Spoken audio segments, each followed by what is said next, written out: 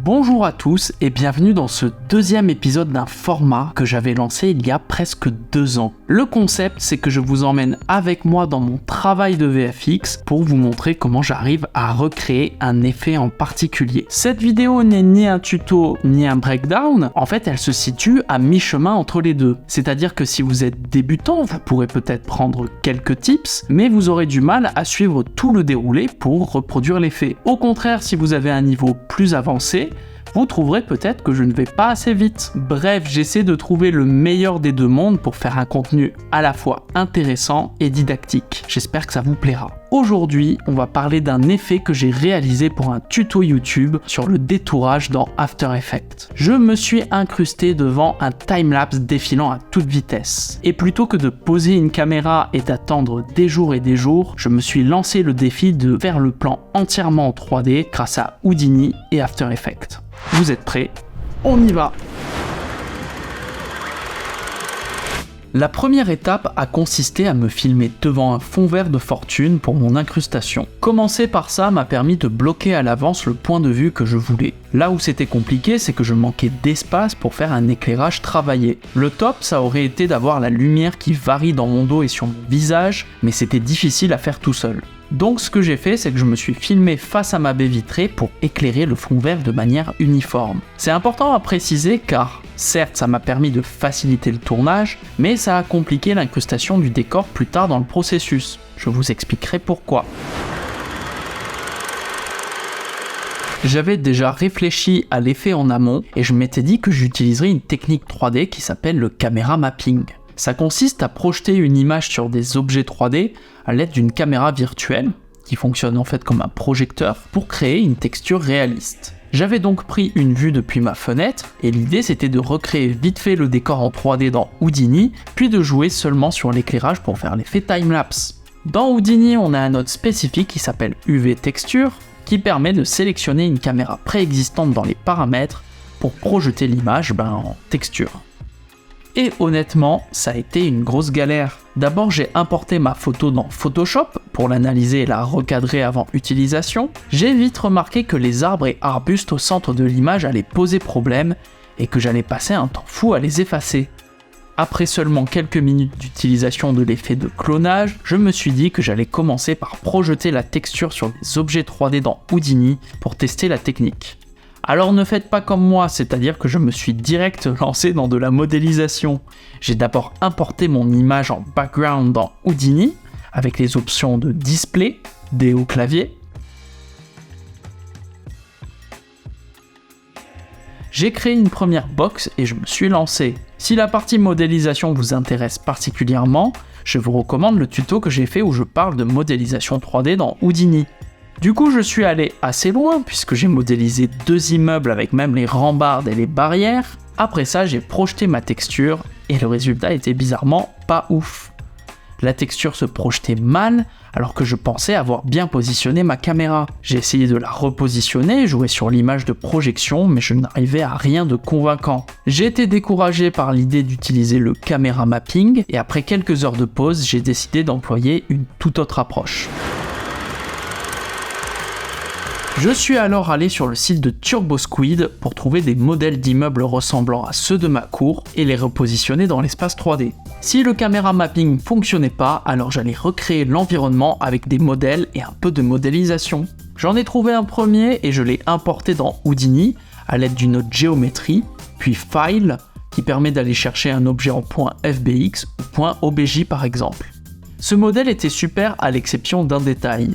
Il n'avait pas de texture associée. Alors j'ai commencé le boulot fastidieux de sélectionner les faces du modèle une par une pour leur assigner des matériaux différents. C'est ce qui permet à l'immeuble d'avoir des parties blanches, noires, métalliques ou même vitrées. Dans Houdini, comme dans tous les logiciels de 3D, on peut créer des matériaux. On peut ensuite assigner les matériaux à l'objet ou à des faces spécifiques avec le node Material. Une fois fini, j'ai ajouté un deuxième immeuble dans le même style que le premier. Cette fois-ci, il y avait quelques textures associées, mais je devais retoucher les coordonnées de texture pour pouvoir les appliquer comme je le voulais.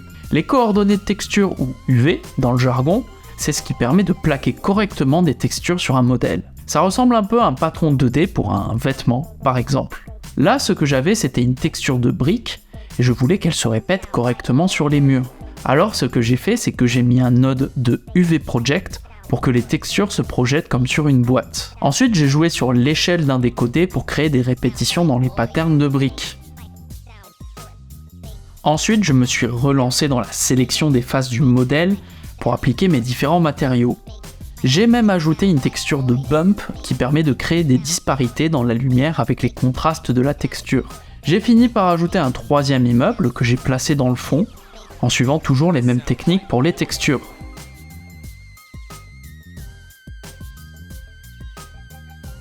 Une fois tous mes immeubles placés, j'ai ajouté un sol avec une texture de pavé que j'ai trouvé en ligne.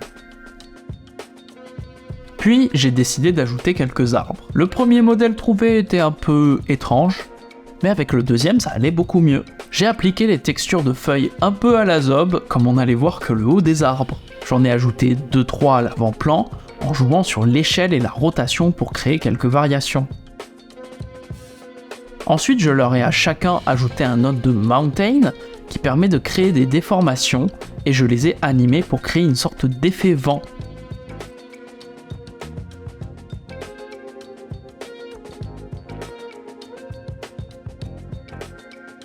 J'ai terminé l'ajout d'éléments par une voiture et quelques lampadaires à l'avant-plan.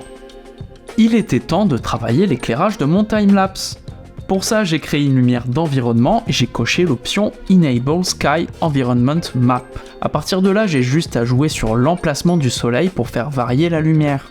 Plus le soleil est bas et plus l'éclairage va reproduire un coucher de soleil, et plus il est haut et plus on aura un effet zénith. C'est un éclairage assez simple mais qui peut vraiment bien fonctionner. Pour la nuit, j'ai dû ajouter un autre éclairage de type Area Light pour faire une lumière diffuse. J'ai voulu placer d'autres éclairages derrière les fenêtres pour les phases nocturnes, mais j'étais pas très convaincu par le rendu et j'ai préféré laisser ça pour le compositing. Les derniers éclairages que j'ai ajoutés, ce sont des point lights pour les lampadaires. Pareil, j'ai animé leur intensité pour qu'ils s'activent au bon moment. Pour animer un paramètre dans Houdini, c'est assez simple, il suffit de faire Alt plus clic dans la fenêtre avec la valeur pour créer une keyframe. Ensuite, allez plus loin sur votre timeline et refaites de même avec la nouvelle valeur à l'instant voulu.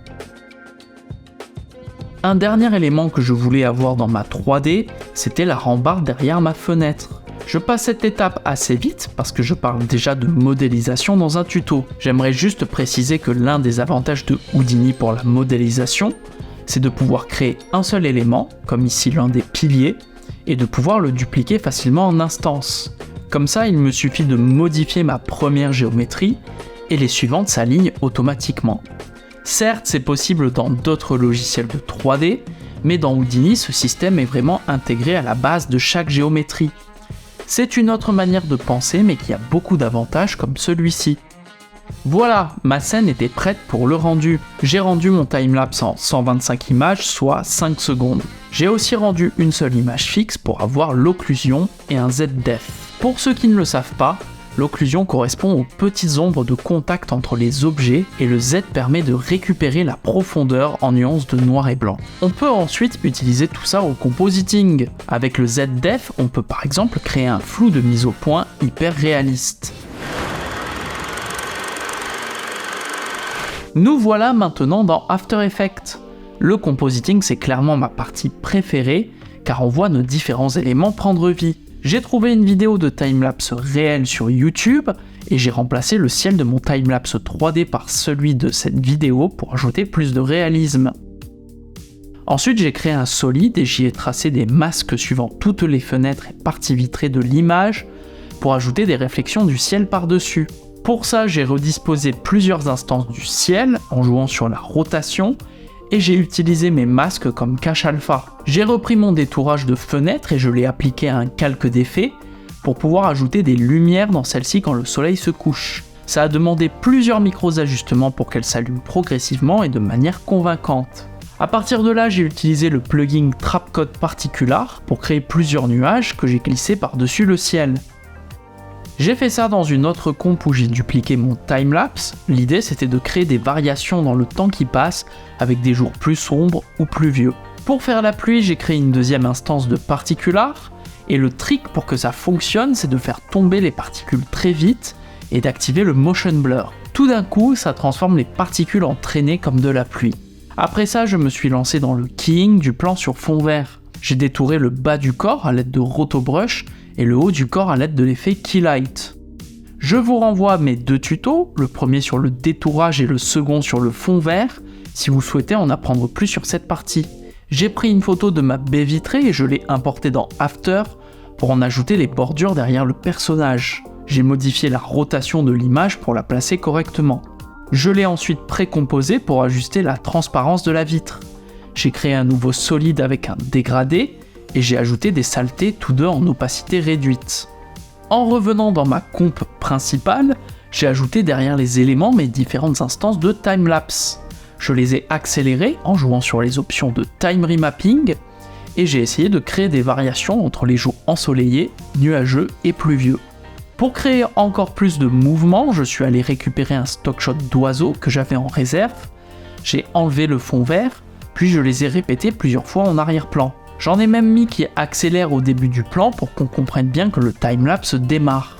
J'ai aussi ajouté quelques passages d'avion que j'ai détourés à partir d'images que j'ai trouvées en ligne. On touche au but.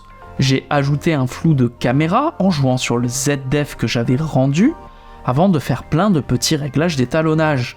Ce qui était compliqué, c'est que la lumière ne variait pas sur le personnage.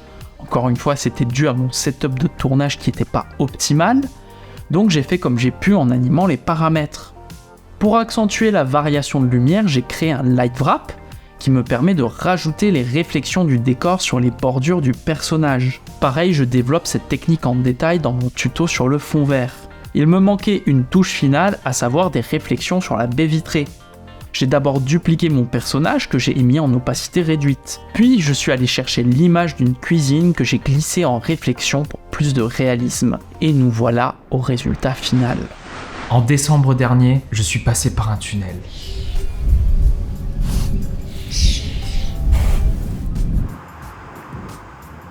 Laissez-moi vous expliquer comment c'est arrivé. Comme vous le voyez, ça a quand même été un sacré travail pour seulement quelques secondes d'intro. Je dirais que j'ai mis environ 1 semaine pour le faire, sachant qu'au début j'ai pas mal tâtonné dans Houdini. Malgré ça, je vous avoue que ça a été la partie que j'ai préféré faire dans toute l'élaboration de la vidéo, sachant que le gros de la vidéo c'est quand même un tuto de 30 minutes. En fait, je trouve qu'en un seul plan, j'arrive à raconter toute une histoire, et qu'en même temps ça m'a permis de tester un effet très cool. Bref, n'hésitez pas à me dire si ce format vous plaît, et moi je vous dis à bientôt pour une prochaine vidéo.